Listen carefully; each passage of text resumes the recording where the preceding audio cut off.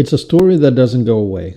President Eisenhower secretly met with alien representatives in the early morning hours of February 21st, 1954, under the cover story of a dental emergency. It's a tough one to swallow because the implications are so staggering. But could it be true? Let's explore.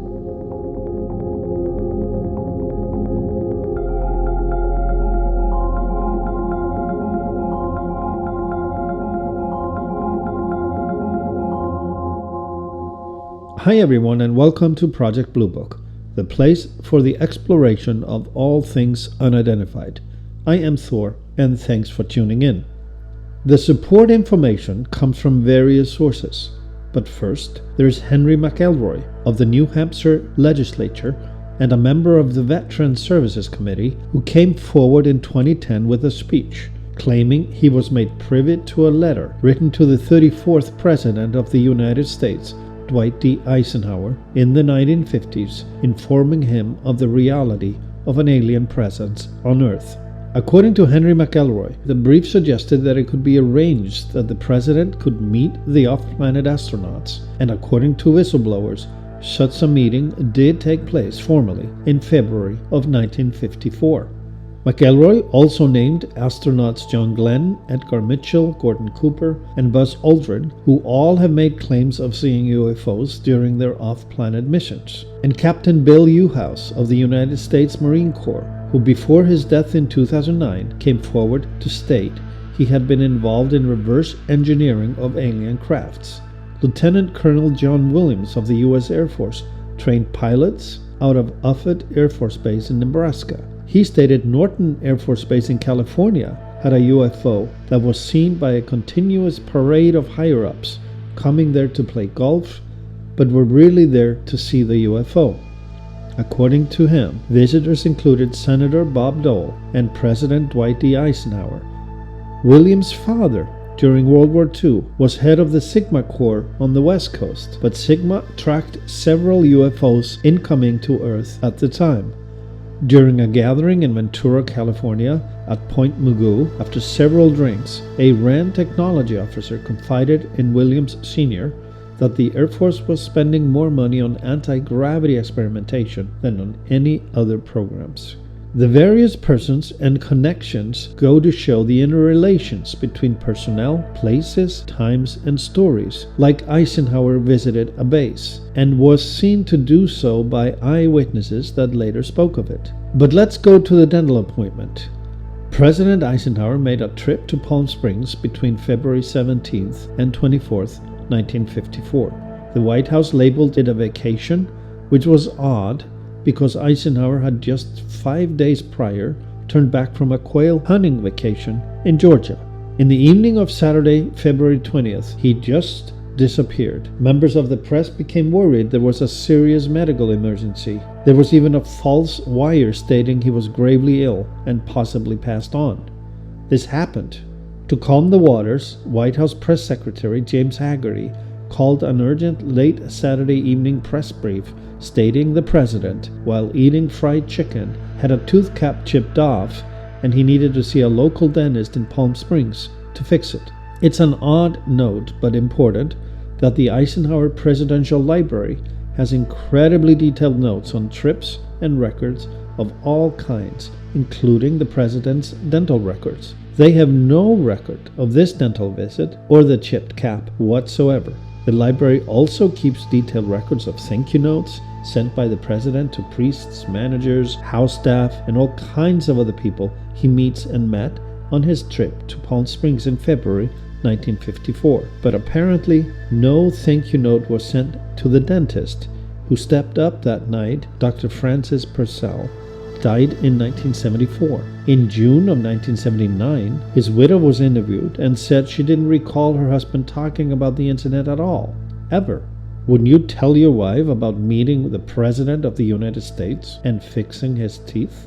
Well, neither did records in his Palm Springs dental office show a visit by the President either. Eisenhower himself, however, talked about it soon thereafter at an event where he thanked dentist Purcell in a speech for fixing his cap. Alibi established. There's been a significant confusion as to the location of this first meeting. Yes, first of three. The confusion stems from a psychic named Gerald Light, who came forward on April 16, 1954, mere weeks after the February 20th encounter, stating he, along with other community leaders, was present at Eisenhower's meeting with aliens at Edwards Air Force Base, California, in February, which at the time was called Muroc Air Base. There is also a story of the Sigma system tracking large objects approaching Earth in 1953. They looked like asteroids, but parked themselves in Earth's orbit around the equator, and that made it obvious they were controlled spacecraft. A delegation met with Eisenhower at Muroc Air Base, according to Michael Sala, to warn him against dealing with other groups of aliens. The setting for the February 21st meeting was Holloman Air Force Base in New Mexico, home to RNG projects for the military and known at the time as Alamogordo Army Airfield. Major Bill Draper is on record as piloting Air Force One, and he did a short field landing, turned the plane around and parked it at the far end of the runway and shut the engines off. He fully powered it down, this beautiful 4-propeller Lockheed VC-121. It was 8:15 local time in the morning of February 21st. Everything was unusual about this, as far as the field staff was concerned, at the tower and on the field. They didn't know what to make of it, said Charles Suggs, Senior Sergeant, U.S. Air Force, an eyewitness. Was the president on board or not? They were told to treat this day as any other day, and they were under oath not to talk about any of it. 10 minutes later, around 8:30 a.m., the radar officer gave the order to shut off all radars, and within minutes, a phone rang in the tower stating that 2 bogies, codename for unidentified flying objects, had been spotted over Range Road 12, and a minute later, over Range Road 7. This meant the bogies were incoming fast, and then a third bogey was spotted following the first 2.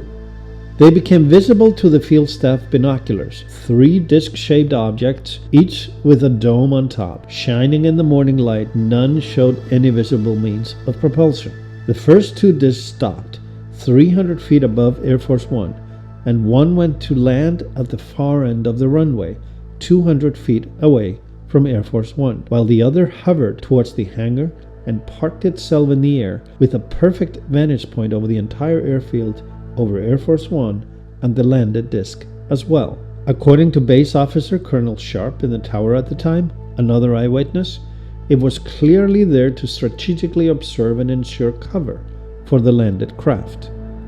The third object flew across the airfield and continued out of sight. A boarding stairway had been brought to Air Force One, and a man alone came walking down. He was wearing a gray suit, and he looked in every way exactly like Ike, including his tall stature and the military stand he was known for. His silvery hair, to all personnel present, it was him. It couldn't have been anybody else. A hatch opened on the craft as Eisenhower walked towards it, and he walked up a few stairs and was seen shaking the hand of what looked like a humanoid, standing half inside the craft. And then he disappeared inside, alone.